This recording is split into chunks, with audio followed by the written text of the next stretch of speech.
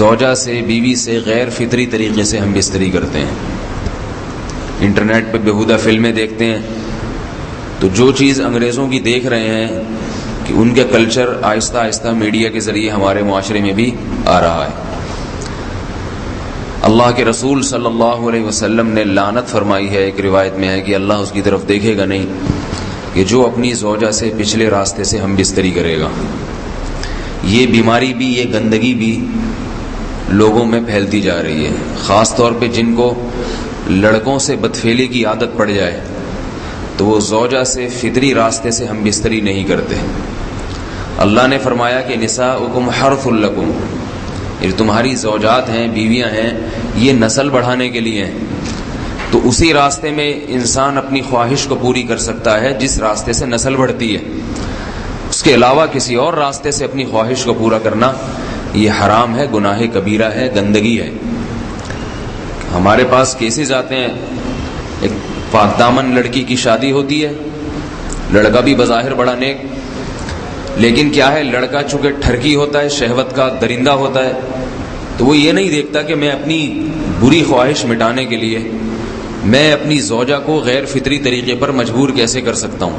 تو مجبور کرتا ہے پھر اپنی بیوی کو. اس میں جو عورتیں زیادہ پاک دامن نہیں ہوں، نیک نہ ہوں، یا ان کو یہ ڈر ہو کہ طلاق ہو گئی تو ہم کہاں جائیں گے، وہ پھر اپنے شوہر کے ساتھ اسی غیر فطری طریقے پر آمادہ ہو جاتی ہیں. اور اس کا عذاب اور اس کا وبال یہ ہوتا ہے کہ کچھ دنوں میں ان کو بھی اسی کی لت پڑ جاتی ہے. انسان جب بھی کوئی غیر فطری راستہ اختیار کرتا ہے، آخرت کا عذاب تو بعد میں، دنیا کا عذاب یہ آتا ہے کہ پھر اس کو لذت فطرت میں آتی نہیں ہے. پھر جو راستہ اللہ نے رکھے اس میں اس کو لذت نہیں آئے گی، پھر وہ گندگی میں ہی گھسنے کی کوشش کرے گا.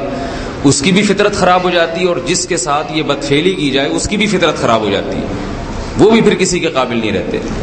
تو اپنے جان پر رحم کرنا چاہیے. ہم انسان ہیں، ہم درندے نہیں ہیں، ہم گھوڑے نہیں ہیں، ہم گدھے نہیں ہیں، ہم جانور نہیں ہیں، ہم انگریز نہیں ہیں. انگریز نے تو حیا اور شرم کی تمام حدود کو توڑ دیا ہے، وہ تو درندے بن چکے ہیں. ہم تو درندے نہیں ہیں، ہم تو حلال کھاتے ہیں، پاک صاف رہنے کی کوشش کرتے ہیں.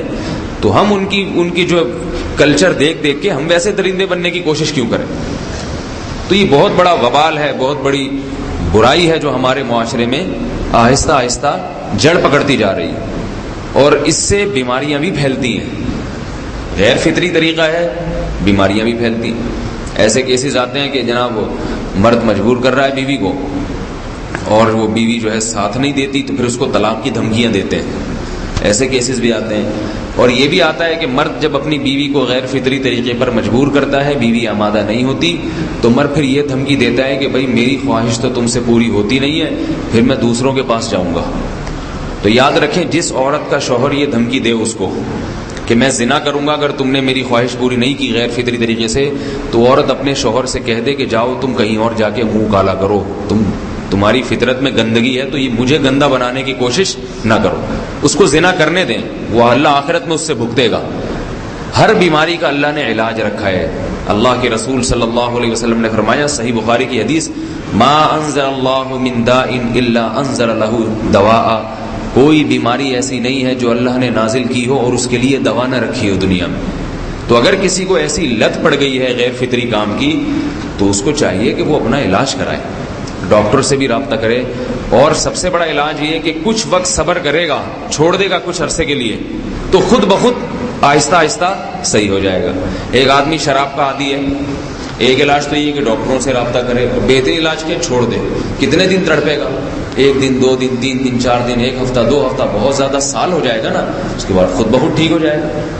سگریٹ کا عادی ہے، چھوڑ دے گا. تو کتنے لوگ ہم نے دیکھے ہیں دن میں 20 سگریٹ پیتے تھے، چھوڑنے پر آئے تو بالکل ایک دم چھوڑ دی انہوں نے، آہستہ آہستہ کر کے چھوڑ دی، لیکن تکلیف ہوئی مگر عادی ہو گئے.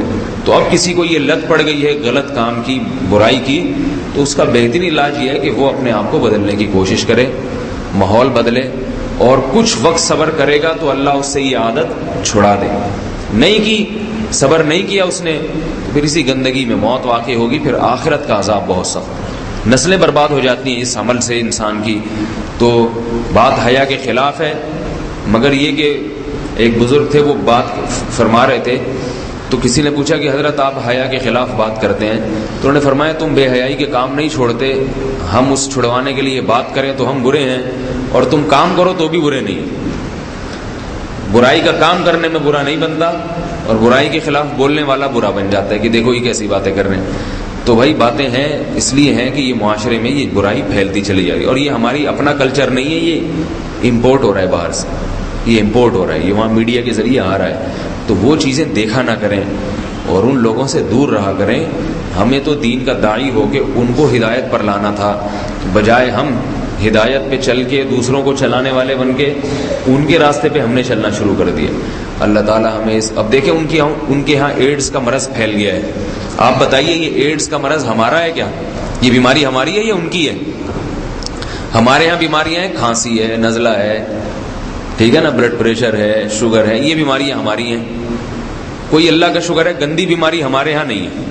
جتنی گندگیاں ہیں وہاں سے آ رہی ہیں، ایڈز کا مرض وہاں سے امپورٹ ہوا ہے۔ وہ ایڈز کا مرض اسی بدفعلی کی وجہ سے پیدا ہوتا ہے، اسی سے جراثیم پیدا ہوتے ہیں، اور اتنا خطرناک مرض کہ ایسے متعدی ایسے پھیلتا ہی۔ افغانستان میں ایڈز کا ریشو 0 تھا، 0۔ وہ جانتے نہیں تھے کہ ایڈز کا مرض ہوتا کیا ہے۔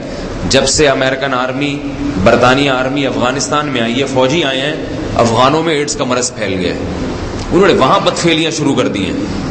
تو وہ تو حالانکہ ان کے لیے زنا کتنا سستا ہے، کتنا سستا ہے نا ان کے لیے زنا، پھر بھی وہ لڑکوں کی طرف مائل ہوتے ہیں۔ تو اتنی گندگی، ایسا گندا جب انسان بن جائے پھر اللہ اس کے وجود کو برقرار نہیں رکھتے، اور رکھتے ہیں تو پھر آخرت میں سزا دینے کے لیے اپنے آپ کو ان گندگیوں سے بچانا چاہیے، حلال پہ اکتفا کرنا چاہیے۔ اللہ تعالی ہمیں حلال پہ قناعت کی توفیق عطا فرمائے اور پاکیزہ لوگوں میں ہمارا شمار فرمائے۔